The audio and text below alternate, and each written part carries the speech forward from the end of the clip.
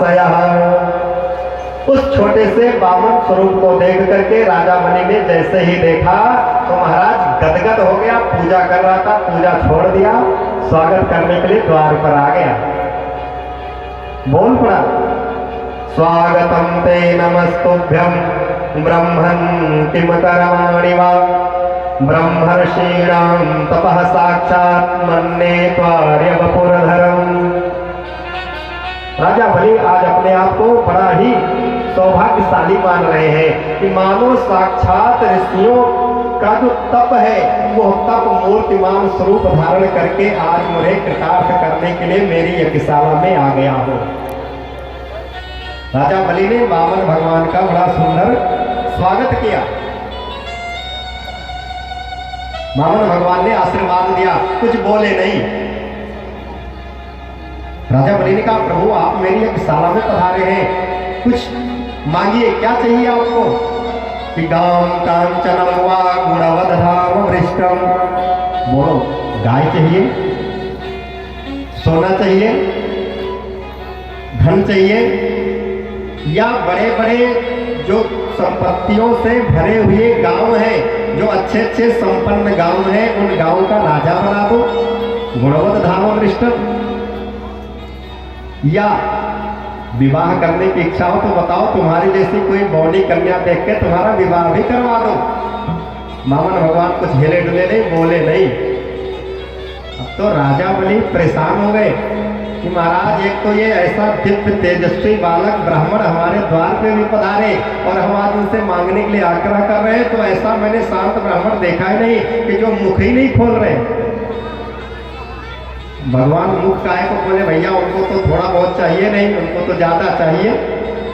मुख खोलते तो गड़बड़ हो जाती, क्योंकि भगवान की मुस्कान में ही सब कुछ छुपा है। यदि मुख खोल देते पता चल जाता कि ये कोई और नहीं, ये साक्षात नारायण ही है। अब तो राजा बलि ने बहुत परिश्रम किया कि अरे प्रभु कुछ तो मांग लो। जब राजा बलि बार बार प्रयत्न कर रहे थे तो भगवान ने सोचा लाओ इनकी थोड़ी प्रशंसा और कर दूं। भगवान ने प्रशंसा कर दिया, अरे भैया जैसे मैंने सुना था अपने कानों से, तुम तो कहीं उससे भी बढ़कर हो।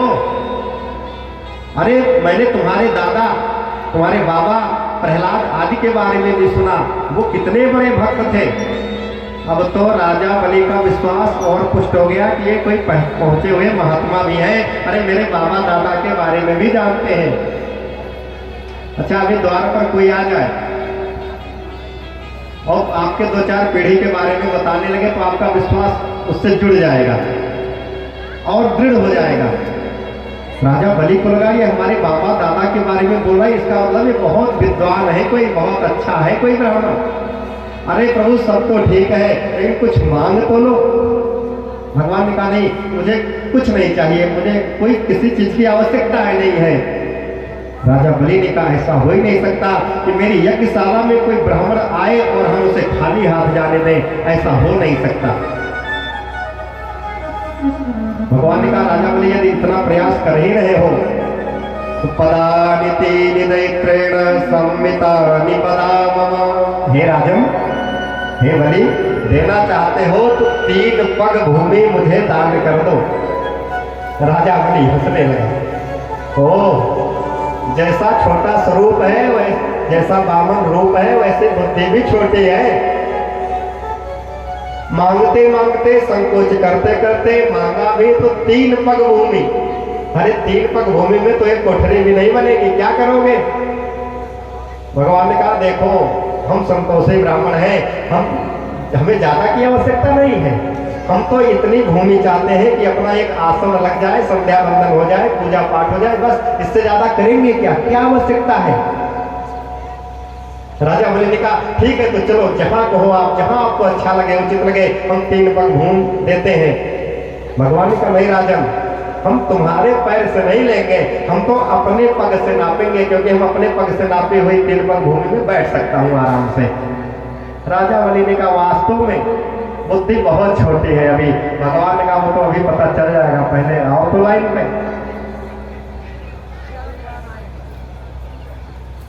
राजा बलि ने कहा चलो ठीक है प्रभु, जैसी आपकी इच्छा,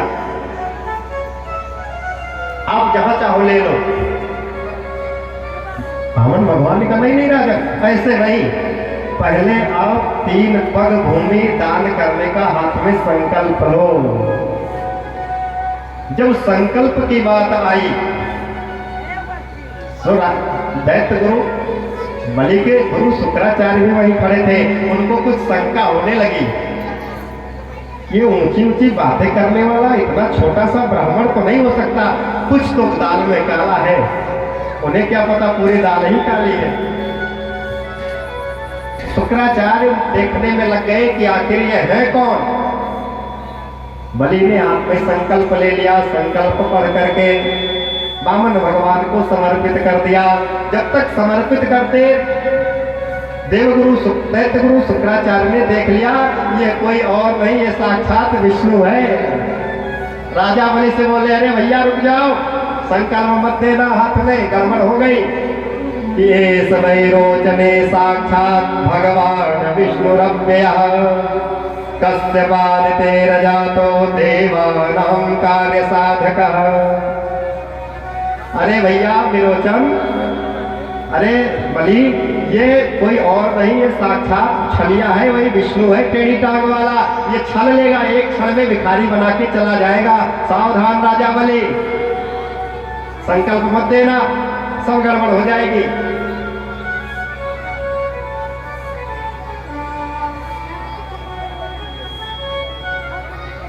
अब तो संकल्प लेकर के सब लेने के लिए खड़े हैं। राजा महाराज दैत्य गुरु शुक्राचार्य ने विघ्न डाल दिया बीच में।